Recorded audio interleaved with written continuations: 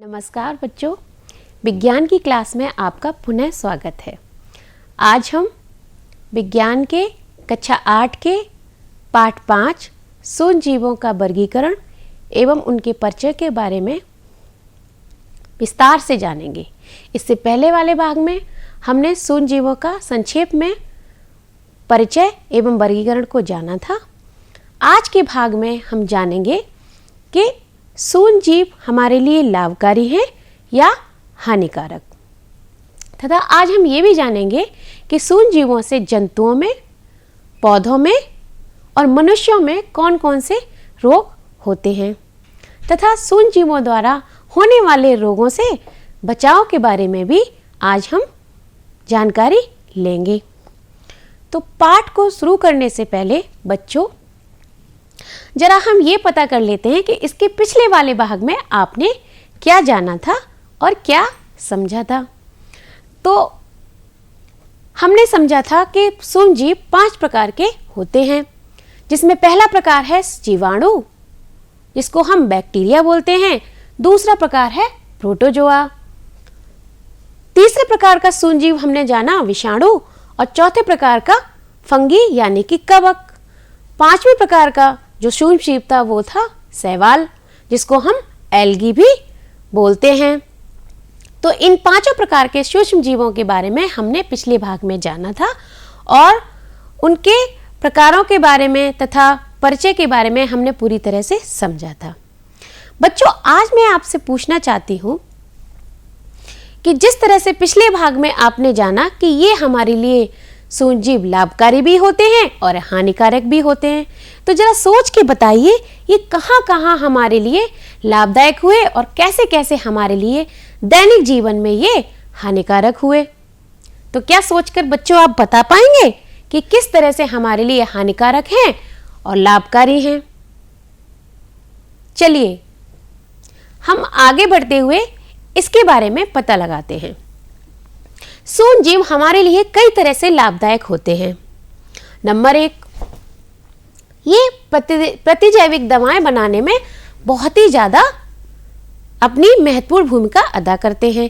इन सूक्ष्म जीवों द्वारा कई तरह की प्रतिजैविक दवाएं बनाई जाती हैं और उन दवाओं से सूक्ष्म जीवों से होने वाले रोगों को नष्ट किया जाता है या उनको खत्म किया जाता है। सूक्ष्म जीवों द्वारा नाइट्रोजन स्थिरीकरण होता है। ये नाइट्रोजन स्थिरीकरण क्या है, इसके बारे में हम अभी आगे विस्तार से जानेंगे। नाइट्रोजन स्थिरीकरण के कारण मिट्टी की उर्वरता बढ़ती है और मिट्टी उपजाऊ बनती है। इसको विस्तार से हम अभी बताएंगे। सूक्ष्म जीवों द्वारा उद्योग धंधों में भी मदद मिलती है, जैसे एल्कोहल एसिटिक एसिड यानी कि एसिटिक अम्ल और शराब भी सूक्ष्म जीवों द्वारा ही बनती हैं। और क्या आता है सूक्ष्म जीव से? कार्बनिक पदार्थों का अपघटन। बच्चों, यह अपघटन क्या होता है? अपघटन का मतलब है कोई भी वस्तु या जीव या सजीव जब मृत शरीर होता है या कोई निर्जीव वस्तु होती है, उसको छोटे छोटे भागों में, छोटे छोटे टुकड़ों में तोड़ दिया जाता है, तो उसको हम अपघटन बोलते हैं।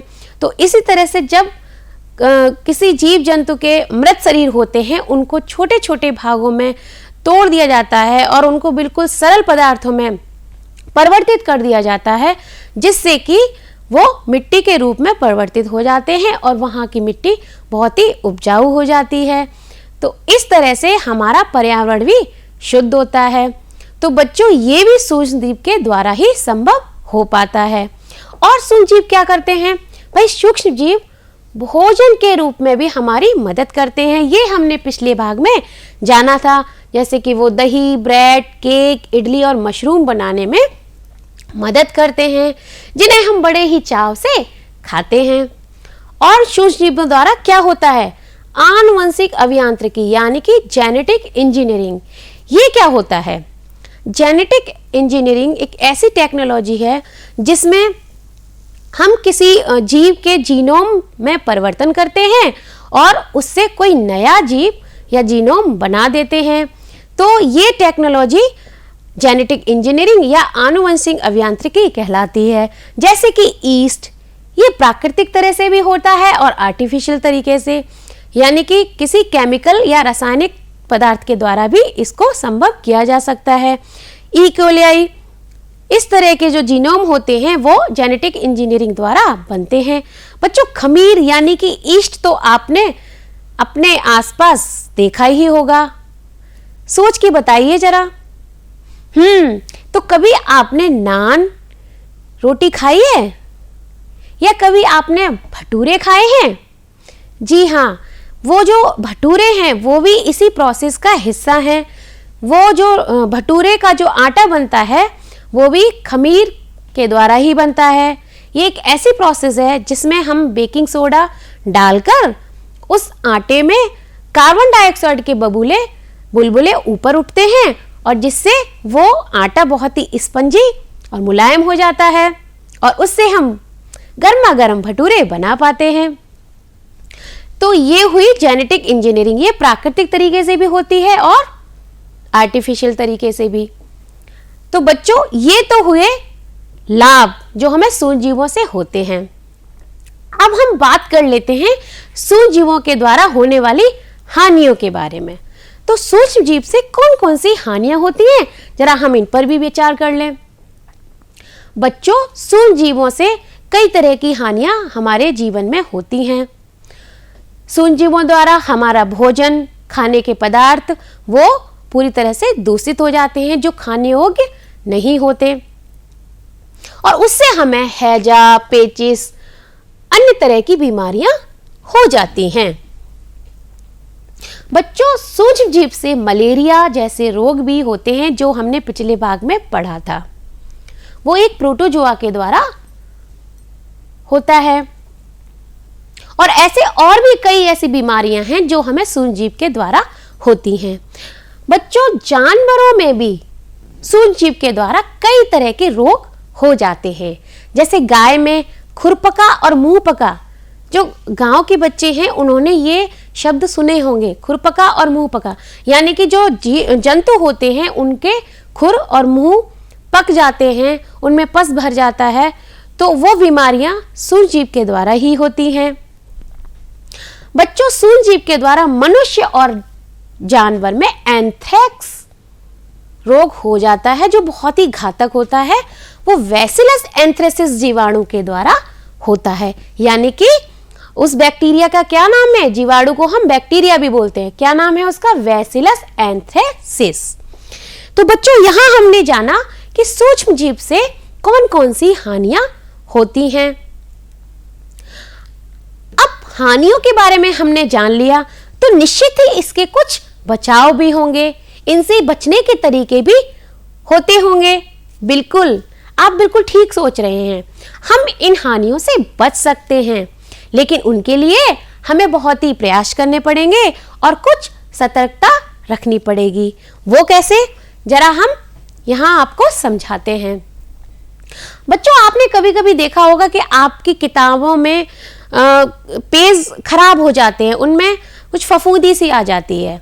तो जब किताब और वस्त्र हमारे खराब होते हैं, उनको हम किसी कीटनाशक दवाओं द्वारा ठीक कर सकते हैं। उन पर उन कीटनाशक दवाओं को डाल सकते हैं, जिससे कि वो सूक्ष्म जीवों द्वारा खराब नहीं होंगे।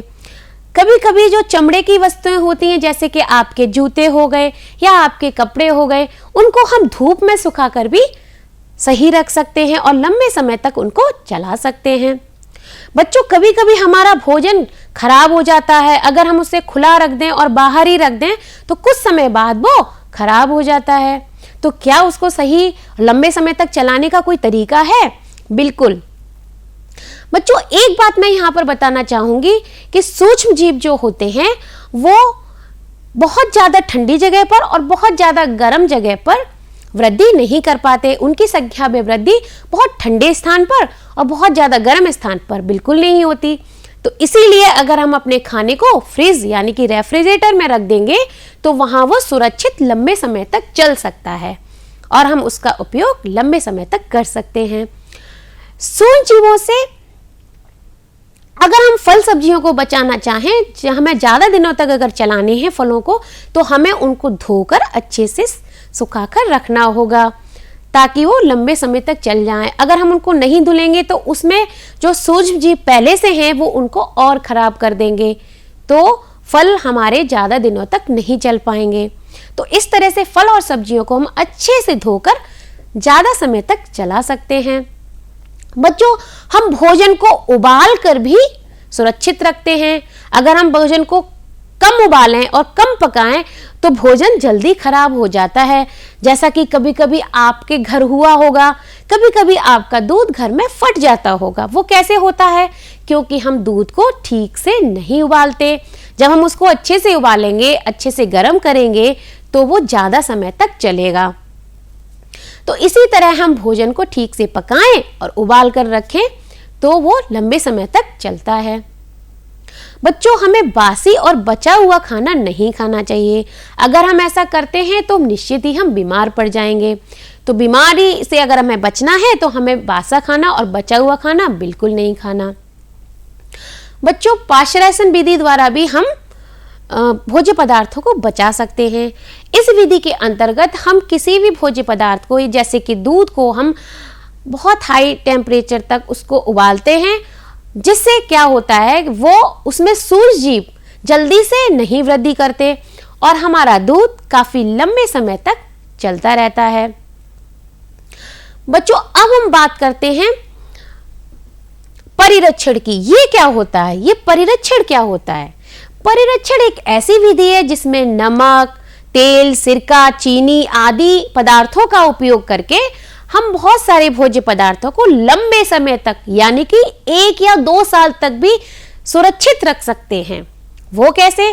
कभी कभी आपकी माँ ने आपको अचार खाने को दिया होगा और कभी कभी आपको जो चाशनी होती है वो खाने को दिया होगा, मुरब्बा आपने सुना होगा।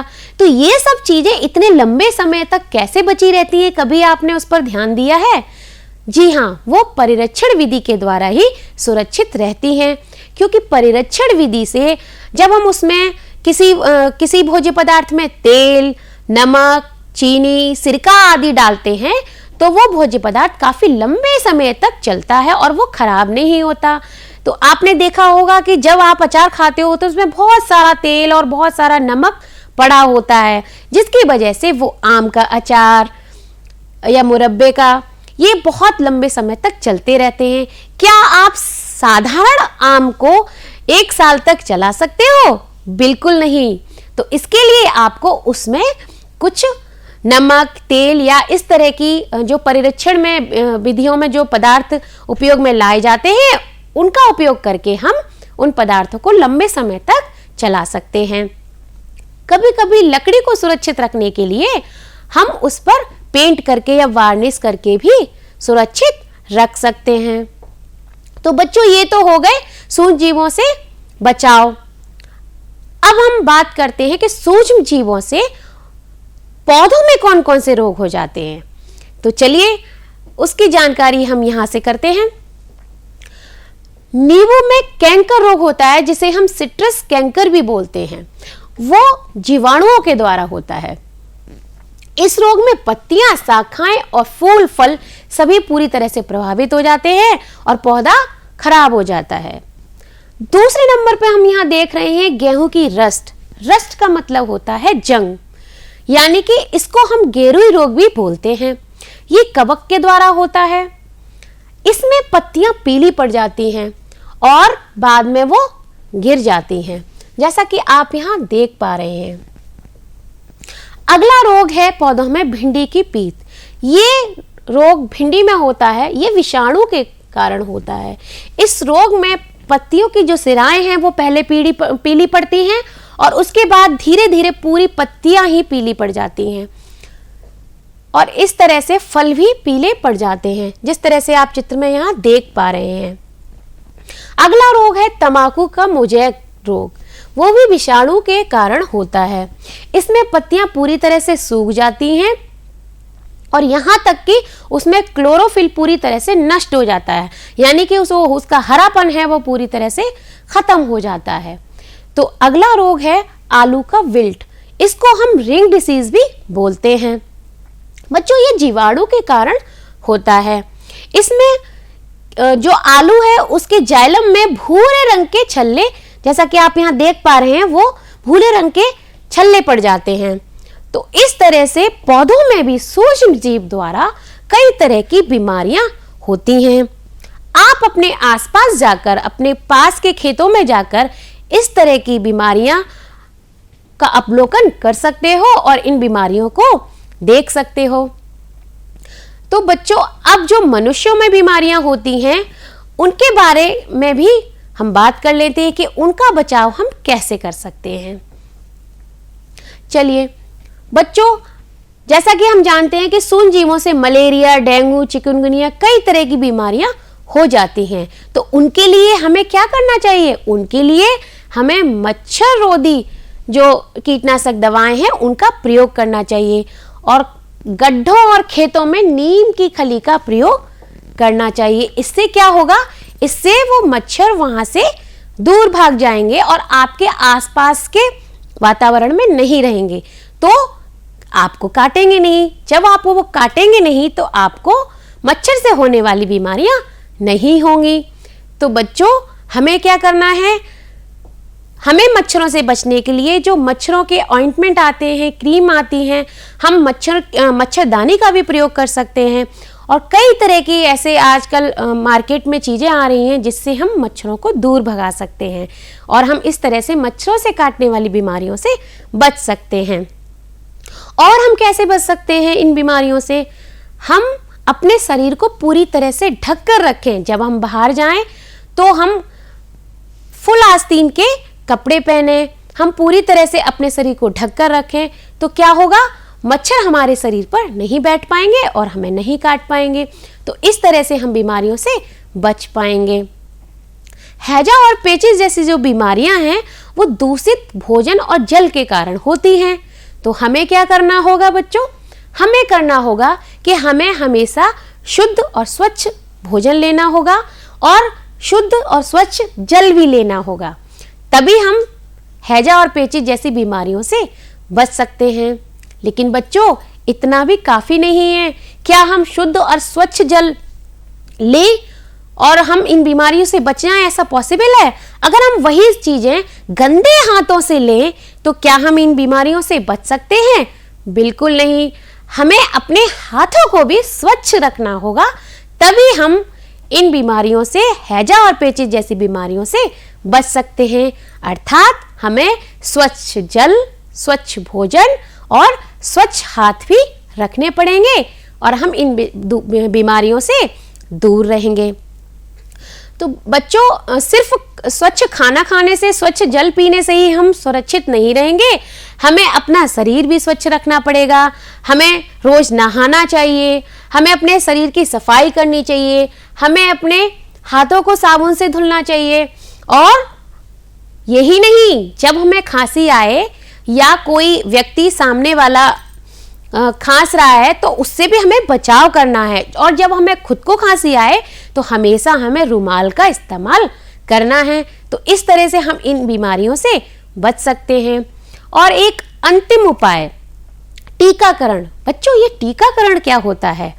टीकाकरण के बारे में विस्तार से हम अपने अगले भाग में जानेंगे, लेकिन यहाँ पर मैं बता दूं कि टीकाकरण एक ऐसी विधि है जिससे बीमारियों से हम बचाव कर सकते हैं, पूरी तरह से उनसे निजात पा सकते हैं।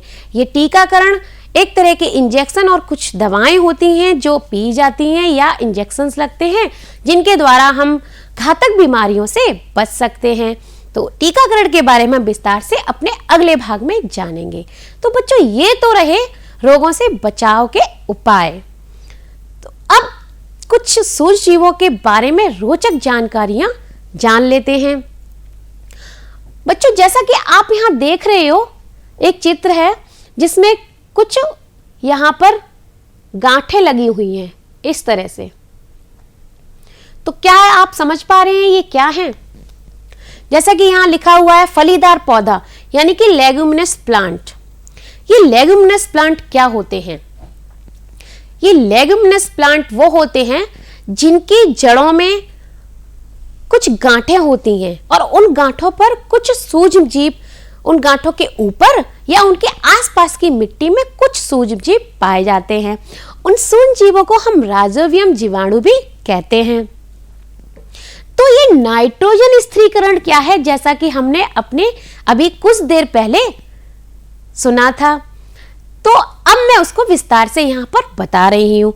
नाइट्रोजन स्थिरीकरण, जैसा कि इसका नाम है, हमारे वातावरण में बच्चों 78% यानी कि 78% नाइट्रोजन पाई जाती है, परंतु पौधे उसको फिर भी नहीं ग्रहण कर पाते। ऐसा क्यों होता है?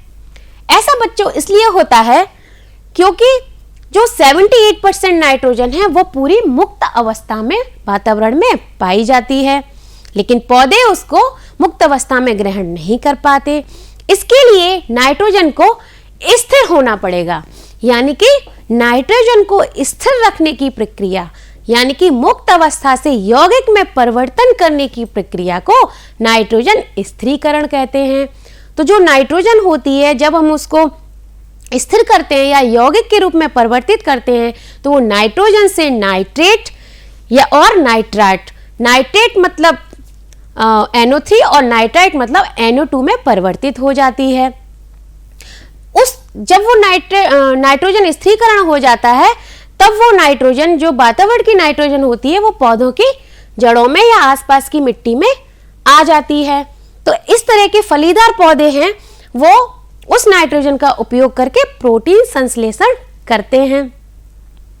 और जब इन पौधों की कटाई हो जाती है, तो वहां की मिट्टी, क्योंकि वो वातावरण की नाइट्रोजन मिट्टी में आ जाती है, वहां की मृदा में आ जाती है, तो वहां की मृदा बहुत ही उपजाऊ हो जाती है।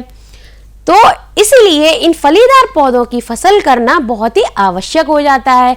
अगर हमें मिट्टी को उपजाऊ बनाना है, अगर वहाँ की उर्वरता खत्म हो रही है, तो हमें वहाँ पर ऐसे फलीदार पौधों की फसल करना बहुत जरूरी हो जाता है। इसीलिए बच्चों, हमें निरंतर फलीदार पौधों की फसल करना बहुत ही आवश्यक रहता है, ताकि वहाँ की मिट्टी में उपजाऊपन बना रहे। तो ये आपको नाइट्रोजन स्थिरीकरण मुझे लगता है बहुत आसानी से समझ आ गया होगा। चलिए अब हम दूसरी रोचक जानकारी की तरफ बढ़ते हैं। बच्चों, ये आप पौधा देख रहे हैं, क्या ये पौधा है? जैसा कि हमने बताया, ये है कवक। ये पौधे नुमा दिखता तो है, पर ये पौधे की तरह पूरी तरह हरा नहीं होता और ना ही ये पौधा होता है। इसको हम फंजाई या फंगस भी बोलते हैं। तो बच्चों, जैसे कि हमने बताया कि पेनिसिलियम जो एंटीबायोटिक दवा है, प्रतिजैविक दवा है, वो पेनिसिलिन जो प्रतिजैविक दवा है वो पेनिसिलियम कवक के द्वारा बनी थी, जैसा कि आप यहाँ पर देख पा रहे हैं। अब हम एक नई रोचक जानकारी की तरफ बढ़ते हैं। बच्चों, आप यहाँ देख रहे हैं मच्छर, और आपको मैंने बताया कि मच्छर के काटने से मलेरिया रोग हो जाता है। पर कैसे हो जाता है?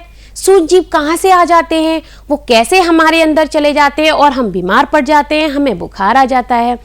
तो बच्चों, जब हम कहीं बाहर जाते हैं या मच्छर हमें जब काट लेता है, तो जो प्रोटोजोआ होता है उसका नाम है प्लाज्मोडियम वाइवेक्स। ये मादा एनोफ्लीज मच्छर में ही पाया जाता है। मादा एनोफ्लीज यानी कि हर मच्छर के काटने से मलेरिया नहीं होता। कुछ अफवाहें फैली है कि मच्छर ने काट लिया तो हमें मलेरिया हो गया। नहीं, हर मच्छर के काटने से मलेरिया नहीं होता। मादा एनोफ्लीज अगर हमें काटती है तभी हमें मलेरिया हो सकता है। तो ये मच्छर ज्यादातर नमी वाली जगह और पानी वाली जगह मिलते हैं। तो हमें ज्यादातर क्या करना चाहिए? हमें जो पानी हमारे आसपास जो इकट्ठा रहता है, बहुत दिनों तक सड़ता रहता है, तो वो उससे बचना चाहिए। हमें अपने घर के आसपास बहुत दिनों तक पानी इकट्ठा करके नहीं रखना चाहिए, क्योंकि वहाँ मच्छर बढ़ने की संभावना अधिक हो जाती है। और जब वहाँ पर मच्छर आएंगे तो हो सकता है कि वो हमें काट भी ले और हम बीमार पड़ सकते हैं। तो इस तरह से सूक्ष्मजीव मच्छर के अंदर आ जाते हैं, और वो मच्छर जब हमें काटता है तो वो हमारे जो प्रोटोजोआ होता है, प्लाज्मोडियम वाइवेक्स होता है, वो हमारे रक्त के अंदर संचालित हो जाता है, जिससे हम बीमार पड़ जाते हैं। और एक और रोचक जानकारी बच्चों मैं यहाँ बताना चाहती हूँ कि जो ये प्लाज्मोडियम वाइवेक्स जो प्रोटोजोआ है, वो हमारे लीवर में लगभग 3 साल तक भी रह सकता है। तो हम बाद में भी उस मच्छर के द्वारा बीमार पड़ सकते हैं। तो चलिए, ये तो रही कुछ रोचक जानकारियां। अब हम पता लगाते हैं कि आज हमने क्या क्या सीखा। तो देखते हैं हमने आज क्या क्या सीखा। बच्चों, आज हमने जो सूक्ष्मजीव हमारे लिए लाभदायक है और क्या क्या उनसे हमें लाभ होते हैं, हमने उनके बारे में जाना। और जिन सूक्ष्मजीवों से हमें हानियां होती हैं, जो हमारे लिए हानिकारक हैं, हमने उन प्रभावों के बारे में भी आज जाना। और बच्चों, जिन सूक्ष्मजीवों से हमें हानियां होती हैं, उन हानियों से बचने के तरीके भी आज हमने सीख लिए। और हमने क्या क्या सीखा? हमने सूक्ष्मजीवों से पौधों और जंतुओं में होने वाले रोगों के बारे में भी जाना। बच्चों, मनुष्यों में होने वाले रोगों से जो बचाव के तरीके हैं, आज हमने उनके बारे में भी विस्तार से समझा। प्रतिजैविक दवाएं क्या होती हैं और वो किससे बनती हैं, ये भी हमने जाना। नाइट्रोजन स्थिरीकरण क्या होता है, ये हमने आपको पूरे विस्तार से सरल भाषा में आपको समझाने की कोशिश की। और बच्चों, हमने कार्बनिक पदार्थों का अपघटन क्या होता है और उस अपघटन होना क्यों जरूरी है, इसके बारे में भी हमने विस्तार से समझा। आनुवंशिक अभियांत्रिकी यानी कि जेनेटिक इंजीनियर के बारे में भी हमने आपको विस्तार से समझाया। और अंत में हमने जाना पर्यावरण शुद्धिकरण, यानी कि जो कार्बनिक पदार्थ हैं, अगर हम उनका अपघटन करते हैं तो पर्यावरण शुद्ध होता है। यहाँ पर मैं थोड़ा बताना चाहूंगी कि अगर जैसे कि कोई जीव जंतु मर जाते हैं, कुछ पौधों के सड़े गले टूटे पौधे जो पड़े रहते हैं, उनकी पत्तियां पड़ी रहती हैं, वो सड़ जाती हैं, गल जाती हैं। तो अगर उनका अपघटन नहीं होगा, जो मृत शरीर पड़े रहते हैं, जीव जंतु जो बड़े जंतु हैं वो छोटे जीव जंतुओं को खा लेते हैं और उनको फिर वैसे ही छोड़ देते हैं। तो कभी आपने सोचा है कि अगर वो वैसे ही पड़ा रहा तो क्या होगा? बिल्कुल, हमारा पर्यावरण बहुत ही ज़्यादा दूषित हो जाएगा, चारों तरफ से बस बदबू ही बदबू आएगी और बहुत ही भयानक दृश्य हो जाएगा।